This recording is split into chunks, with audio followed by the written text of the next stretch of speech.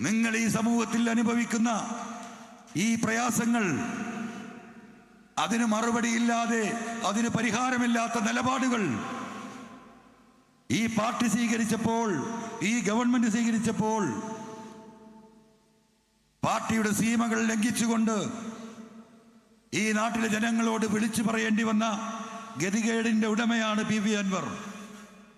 ആ അൻവറിനെയാണ് ഈ പറയുന്ന മുഖ്യമന്ത്രിയും ഈ പറയുന്ന പാർട്ടി സെക്രട്ടറിയും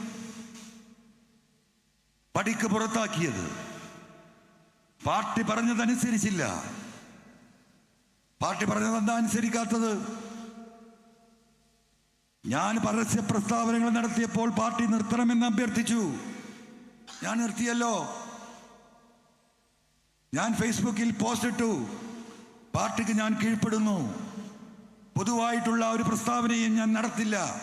പക്ഷെ ഒറ്റക്കാര്യം, ഞാൻ നൽകിയ പരാതികൾ സത്യസന്ധമായി അന്വേഷിക്കണം. ആ അന്വേഷണത്തിന്റെ ഉത്തരവാദിത്തം പാർട്ടി ഏറ്റെടുക്കുമെന്ന കണ്ടീഷനിൽ ഞാൻ നിർത്തി. എന്തു സംഭവിച്ചു?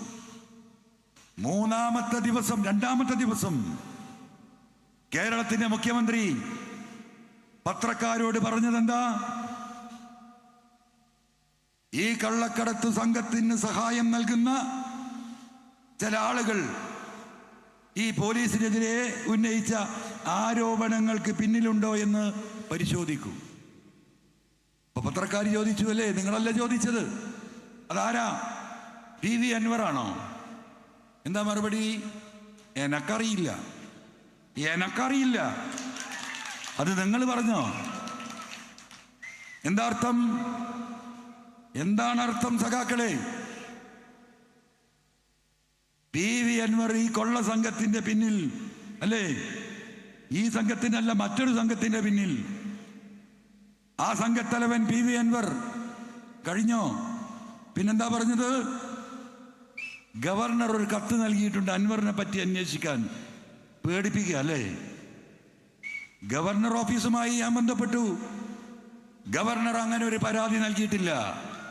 ഗവർണർ നൽകിയ പരാതി PV അൻവർ പറഞ്ഞ ഫോൺ ചോർത്തൽ അന്വേഷിക്കണം, അല്ലാതെ PV അൻവറിനെ അന്വേഷിക്കാനല്ല പറഞ്ഞത്.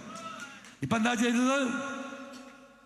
ഇവിടുത്തെ SOGയുടെ ഫോൺ ഇന്റർപ്രറ്റേഷൻ സംവിധാനം ഉപയോഗിച്ചുകൊണ്ട് അജിത് ദാസും ADGP അജിത് കുമാറും കൊച്ചിയിലും അരീക്കോട്ടും ഉള്ള ഈ സംവിധാനം ഉപയോഗപ്പെടുത്തിക്കൊണ്ട് കേരളത്തിലെ പ്രമുഖന്മാരുടെയും മന്ത്രിമാരുടെയും പൊതുപ്രവർത്തകരുടെയും വാർത്താ മാധ്യമങ്ങളുടെയും ഫോണുകൾ ചോർത്തിയിട്ടുണ്ട് എന്ന് കേൾക്കുന്നു.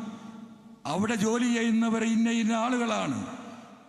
അവരിൽ ഈ മെസ്സേജ് കൈമാറുന്നത് ഇന്ന ആളാണ്. പേരടക്കം പെൻ നമ്പർ അടക്കം എഴുതി കേരളത്തിന്റെ മുഖ്യമന്ത്രിക്ക് കൊടുത്തു. അതിനെക്കുറിച്ച് അന്വേഷണമല്ല. ഇപ്പൊ ആ പരാതി കൊടുത്ത അൻവറിന്റെ പേരിൽ ഫോൺ ചോർത്തിയതിന് മഞ്ചേരി പോലീസിൽ പരാതി. എത്ര കേസുകൾ? ഇനി എത്ര എണ്ണം വരും? വരട്ടെ. ഒരൊറ്റ കാര്യമേ ഞാൻ വിശദീകരിക്കുന്നില്ല.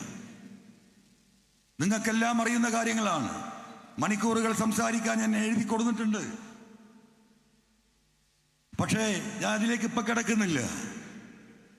നമ്മൾ ഉദ്ദേശിച്ച നയരേഖ നിങ്ങളുടെ മുന്നിൽ ഈ സാമൂഹിക മുന്നേറ്റത്തിന് കേരളത്തിന്റെ ജനങ്ങളുടെ മുന്നിലേക്ക് നമ്മളിത് കൊടുത്തിരിക്കുകയാണ്. നിങ്ങളാണ് ഇനി അത് പരിശോധിക്കേണ്ടത്. അതിൽ മാറ്റങ്ങൾ വരുത്തേണ്ടതുണ്ട്. പോലീസിൽ കടന്നു വന്നിട്ടുള്ള ഈ പക്ഷപാതിത്വം ഇവിടെ അവസാനിപ്പിക്കേണ്ടതുണ്ട്. അതിന് നിയമ പരിരക്ഷ നൽകണം എന്നാണ് നമ്മൾ ചൂണ്ടിക്കാണിച്ച പ്രധാനമായ ഒരു വിഷയം. രാജ്യത്തിന്റെ ഭരണഘടന എല്ലാ പൗരന്മാർക്കും നൽകുന്ന എല്ലാ അവകാശങ്ങളിലും ഒരു വിഭാഗത്തെ മാത്രം അപരവൽക്കരിക്കുന്ന ഈ നടപടി അത് കൈകാര്യം ചെയ്യാൻ നിയമം കൊണ്ടുവരണം എന്ന് നമ്മൾ നയരേഖയിൽ പറയുന്നു. നിങ്ങൾ പരിശോധിക്കണം. മറ്റൊരു കാര്യം എന്താണ്? പ്രധാനമായിട്ടും ഈ പറയുന്ന മലയോര മേഖലയിലെ വന്യജീവി ആക്രമണങ്ങളുടെ ഫലമായി ജനങ്ങൾ അനുഭവിക്കുന്ന ദുരന്തങ്ങൾക്കൊരു പരിഹാരമുണ്ടാക്കാൻ ഒട്ടനവധി കാര്യങ്ങൾ നമ്മൾ നിർദ്ദേശിക്കുന്നു.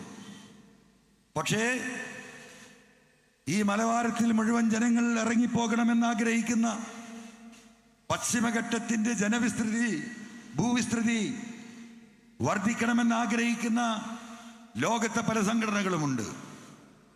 എന്താണ് അവർക്ക് പശ്ചിമഘട്ടത്തിന്റെ വിസ്തൃതി വർദ്ധിപ്പിക്കേണ്ടതിന്റെ ആവശ്യം? നമുക്കറിയാം, ആഗോളതാപനം, ചൂട് വർദ്ധിക്കുകയാണ് ഭൂമിയിൽ. 1/2 ഡിഗ്രി കൂടി ചൂട് വർദ്ധിച്ചാൽ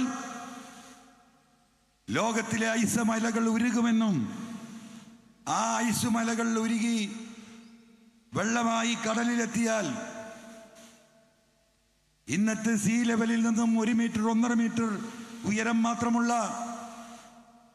ഭൂപ്രദേശങ്ങൾ മുഴുവൻ വെള്ളത്തിൽ അടിയാകുന്ന അവസ്ഥാവിശേഷത്തിലേക്ക് ലോകം നീങ്ങുകയാണ്. അപ്പോ ഇവിടെ ചൂട് നിയന്ത്രിക്കേണ്ടതുണ്ട്. ആ ചൂട് നിയന്ത്രിക്കുന്നതിൽ വലിയ ഒരു പങ്ക് വഹിക്കുന്നു